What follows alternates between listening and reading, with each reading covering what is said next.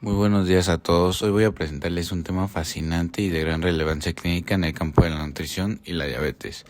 Los productos de Amadori como mediadores de disfunción endotelial en diabetes mellitus. Esta investigación fue realizada por los doctores C.F. Sánchez, C. Peiro y L. Rodríguez del Departamento de Farmacología y Terapéutica de la Facultad de Medicina de la Universidad Autónoma de Madrid. Lo que hoy vamos a explorar no solo es una teoría académica, sino un mecanismo fundamental que explica por qué los pacientes diabéticos desarrollan complicaciones vasculares y, más importante aún, cómo podemos intervenir de manera temprana para prevenirlas. Les adelanto que lo que descubrimos desafía algunas creencias tradicionales sobre la patogénesis de las complicaciones diabéticas. Comencemos estableciendo la magnitud del problema. La diabetes mellitus no es solo una enfermedad del metabolismo de la glucosa, es fundamentalmente una enfermedad vascular. De hecho, las complicaciones vasculares son la primera causa de morbimortalidad en personas con diabetes. Cuando hablamos con morbimortalidad nos referimos a que estas complicaciones no solo causan enfermedad y discapacidad, sino que son la principal causa de muerte en esta población. Ahora bien, ¿cuál es el primer evento en esta cascada de complicaciones? La respuesta es la disfunción endotelial. Piensen en el endotelio como la primera línea de defensa en nuestros vasos sanguíneos. Cuando este se ve comprometido es como si abriéramos la puerta a una serie de eventos catastróficos. La disfunción endotelial afecta a dos niveles del sistema vascular. Por un lado tenemos la macroangiopatía, que afecta a los vasos de conductancia, es decir, los vasos grandes como las arterias coronarias, las carótidas, las arterias de las extremidades inferiores. Imaginen a un paciente de 55 años con diabetes tipo 2 que desarrolla un infarto agudo de miocardio. Eso es macroangiopatía. Por otro lado, tenemos la microangiopatía, que afecta a los vasos de resistencia, causando retinopatía diabética, que puede llevar a la ceguera, nefropatía que progresa a insuficiencia renal o neuropatía. Un ejemplo clásico sería un paciente diabético que comienza a perder visión progresivamente o que desarrolla úlceras en los pies por mala circulación en los pequeños vasos.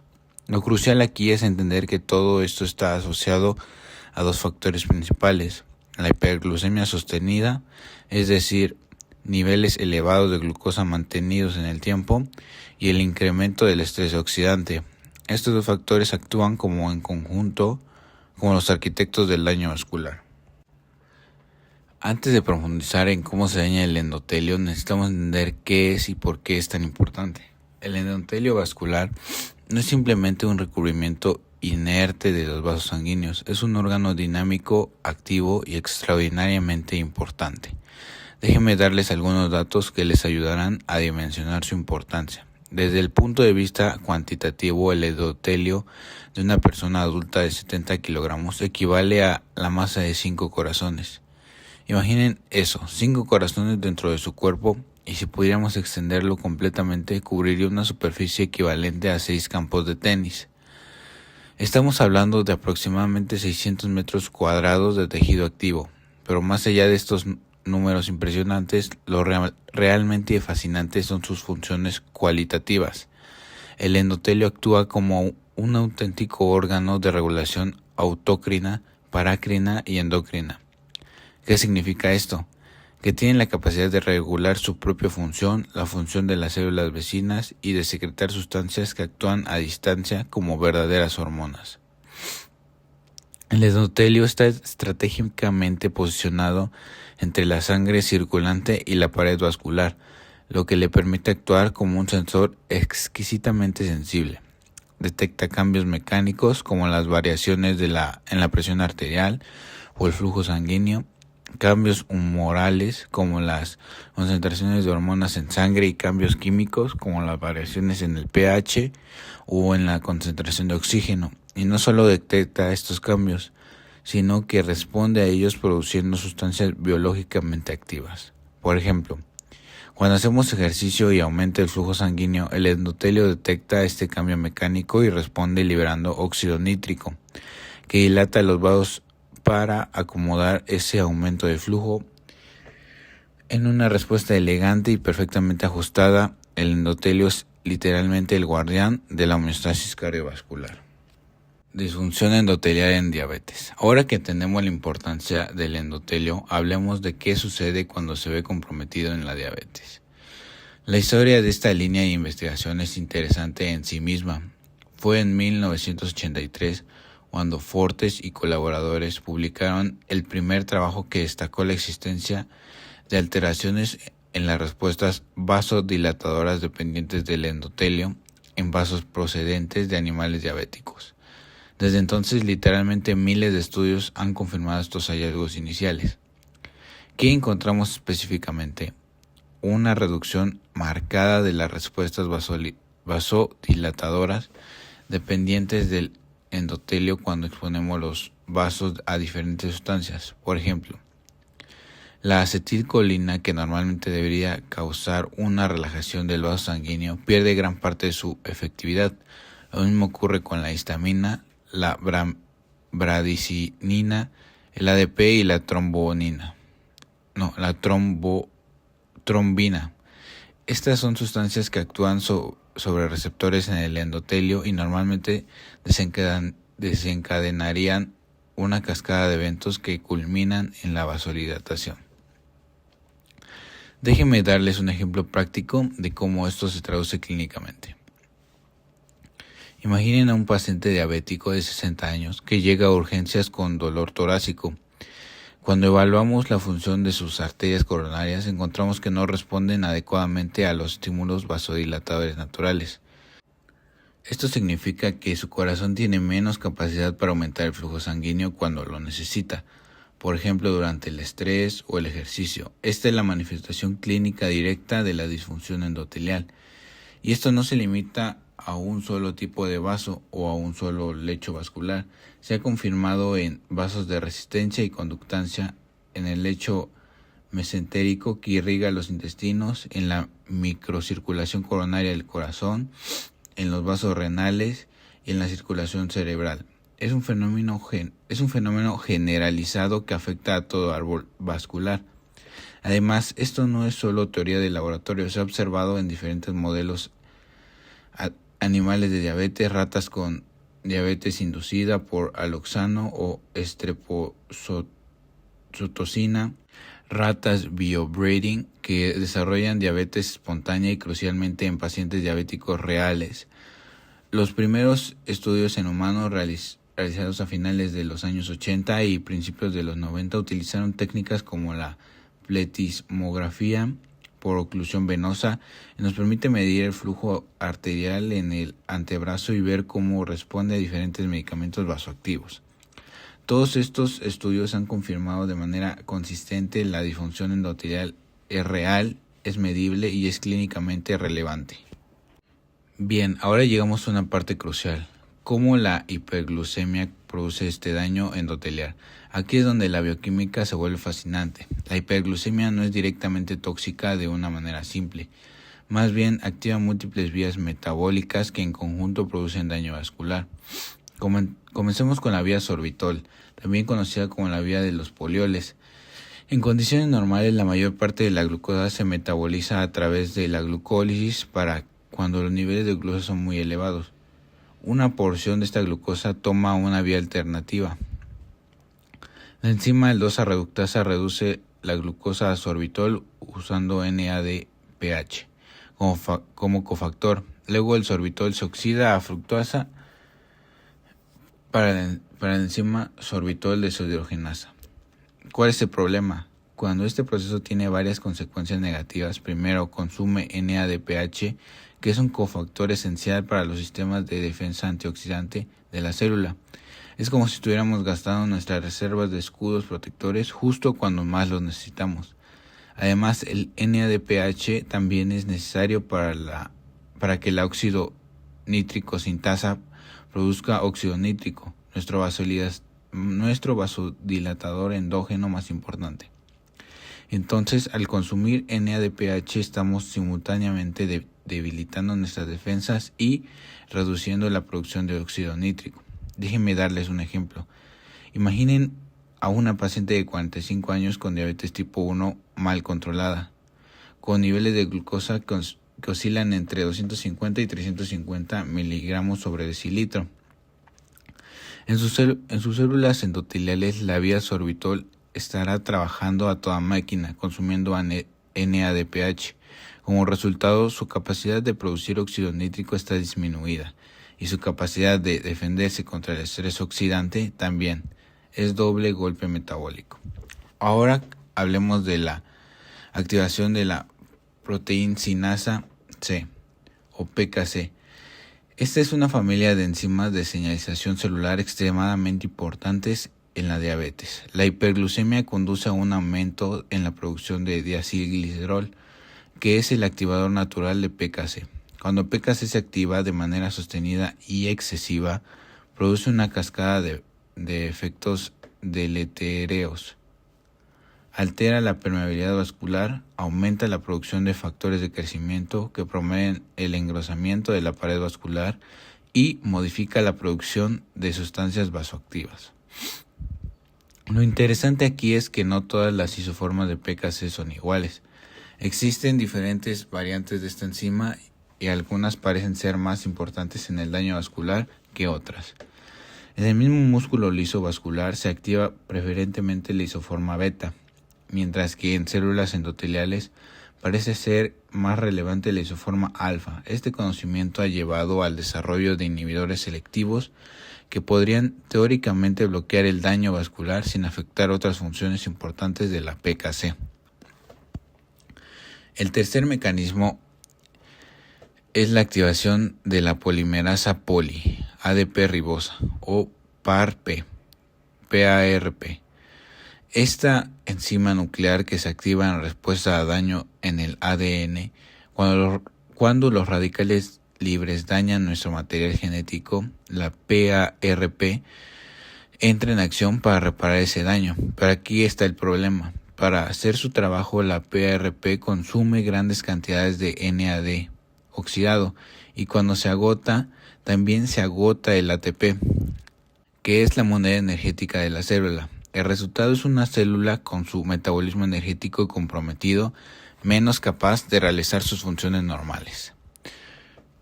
Ahora, con otros mediadores importantes del daño endotelial, el cuarto mecanismo que debemos considerar es el sistema de endotelinas. Las endotelinas son una familia de péptidos vasoconstrictores extremadamente potentes. De hecho, la endotelina 1 es uno de los vasoconstrictores más potentes que conocemos, mucho más potente que la angiotensina 2 o la noradrenalina. En condiciones normales existe un equilibrio entre los efectos de la endotelina cuando se libera del endotelio. Puede actuar sobre receptores ETB en la propia célula endotelial, estimulando la producción de óxido nítrico y causando vasodilatación, pero su efecto predominante es sobre los receptores ETA y ETB del músculo liso vascular, donde causa vasoconstricción y promueve el crecimiento celular. En la diabetes, este equilibrio se altera. Múltiples estudios han demostrado que los niveles de endotelina están elevados en pacientes diabéticos y que estos se correlacionan en el grado de complicaciones vasculares. Por ejemplo, en pacientes con nefropatía diabética avanzada, los niveles de endotelina pueden estar 2 o 3 veces encima de la normal. Y cuando usamos bloqueadores de los receptores de endotelina en modelos experimentales, vemos mejorías en las complicaciones renales y neurológicas de la diabetes. Pero sin duda el mecanismo más transversal y quizás el más importante es el estrés oxidante, mediado por radicales libres. Los radicales libres son moléculas altamente reactivas que tienen un electrón desapareado en su estructura. Esta configuración los hace extremadamente inestables y ávidos de reaccionar con otras moléculas. Los tres radicales libres más importantes son el anión superóxido, el peróxido de hidrógeno y el radical hidroxilo. El anión superóxido se forma cuando el oxígeno acepta un electrón. El peróxido de hidrógeno se forma cuando el oxígeno acepta 2 electrones. Y el radical hidroxilo es el más reactivo y más dañino de todos. Se forma a partir del peróxido de hidrógeno en presencia de metales de transición como el hierro o el cobre. En la diabetes observamos un crecimiento marcado en la producción de estos radicales libres. Al mismo tiempo, los sistemas de defensa antioxidante están comprometidos. Es como si estuviéramos aumentando el fuego mientras reducimos el agua disponible para apagarlo. Los tejidos diabéticos, incluyendo los microvasos y la aorta, muestran una disminución en enzimas antioxidantes clave como la superóxido dismutasa, la catalasa y la glutatión peroxidasa. El efecto más devastador de estos radicales libres es su capacidad de inactivar el óxido nítrico. El anión superóxido reacciona con el óxido nítrico a una velocidad cercana a la velocidad de difusión. Es decir, prácticamente cada vez que se encuentran, reaccionan. El producto de esta reacción es peroxinitrito, que no solo elimina el efecto vasodilatador del óxido nítrico, sino que es en sí mismo una especie reactiva que puede causar daño adicional. Déjame ilustrar con un caso clínico. Un paciente de 50 años con diabetes tipo 2 viene a consulta quejándose de un dolor en las piernas al caminar, que se alivia con el reposo. Esto es claudicación intermitente causada por insuficiencia de flujo sanguíneo a los músculos de las piernas. Cuando le damos un antioxidante como vitamina C junto con un vasodilatador, vemos mejoría en su capacidad de caminar. ¿Por qué? Porque la vitamina C está neutralizando los radicales libres que están inactivando el óxido nítrico, permitiendo que el vasodilatador funcione mejor. Este es un ejemplo directo de cómo el estrés oxidante contribuye a las manifestaciones clínicas de la enfermedad vascular diabética. Glucosilación no enzimática. La glucosilación no enzimática de proteínas, también conocida como glucación, es un conjunto fascinante de reacciones químicas que ocurren espontáneamente cuando la glucosa interactúa con proteínas.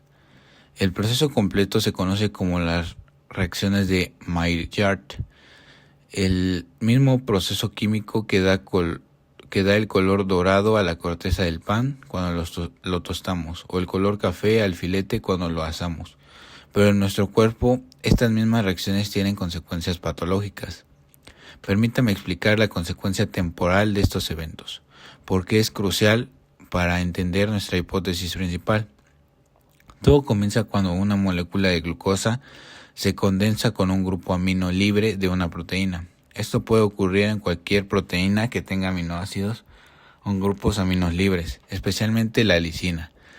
Esta reacción inicial forma lo que llamamos una base de Schiff y ocurre en cuestión de horas. La base de Schiff es químicamente inestable y rápidamente se reordena para formar un producto más estable llamado producto de Amadori. Este proceso toma aproximadamente de 1 a 3 semanas, y aquí está el punto clave. Esta fase temprana del proceso de glucosilación es reversible. Si normalizamos los niveles de glucosa, los productos de Amadori pueden desaparecer a medida que las proteínas se reemplazan naturalmente en el cuerpo. El ejemplo más conocido de un producto de Amadori es la hemoglobina glucosilada, que todos ustedes conocen como el marcador de control glucémico a largo plazo. La hemoglobina tiene una vida media de aproximadamente 120 días y el porcentaje que está glucosilado refleja el promedio de glucosa en sangre durante los últimos 2 a 3 meses. Otros ejemplos incluyen la albúmina glucosilada, que tiene una vida media más corta de aproximadamente 3 semanas, la lipoproteína glucosiladas y el colágeno glucosilado en los tejidos. Pero la historia no termina ahí. En proteínas de vida media más larga, especialmente proteínas estructurales como el colágeno, que pueden permanecer en el cuerpo durante años, los productos de Amadori no se quedan estables, sufren una serie compleja de reacciones adicionales, condensaciones, hidrólisis, deshidrataciones, reordenamientos moleculares. Este proceso toma meses o años y eventualmente produce los llamados productos finales de glucosilación avanzada, o AGE por sus siglas en inglés. Los AGE son irreversibles. Una vez formados, permanecen en la proteína hasta que esa proteína se degrada y se reemplaza. En el caso del colágeno, esto puede significar años. Los AGE también tienen propiedades fluorescentes y forman entrecruzamientos entre proteínas, alterando la estructura y función de los tejidos. Ahora aquí viene algo crítico que a menudo se pasa por alto. En múltiples puntos de esta cascada, las reacciones de Maillard se liberan radicales libres, específicamente se generan aniones superóxido. Esto significa que el proceso de glucosilación no solo produce productos finales dañinos, sino que durante todo el proceso está generando especies reactivas de oxígeno que contribuyen al estrés oxidante. De hecho, existe un concepto llamado glucooxidación o glucosilación autooxidativa, que reconoce que la glucosilación y la oxidación no son procesos separados, sino que están íntimamente entrelazados. La glucosa puede autooxidarse produciendo radicales libres. Estos radicales pueden acelerar las reacciones de glucosilación y los productos de glucosilación pueden a su vez generar más radicales libres. Es un círculo vicioso que se autoamplifica.